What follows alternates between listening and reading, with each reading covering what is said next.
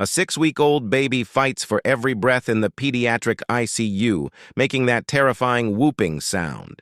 This is pertussis, whooping cough, a disease we thought we had beaten. In the 1970s, vaccines nearly wiped it out completely. But something went wrong. The bacteria evolved, becoming smarter and more deadly than before. Bordetella pertussis now produces toxins that paralyze the tiny hairs in your lungs. This triggers coughing fits that can last for months.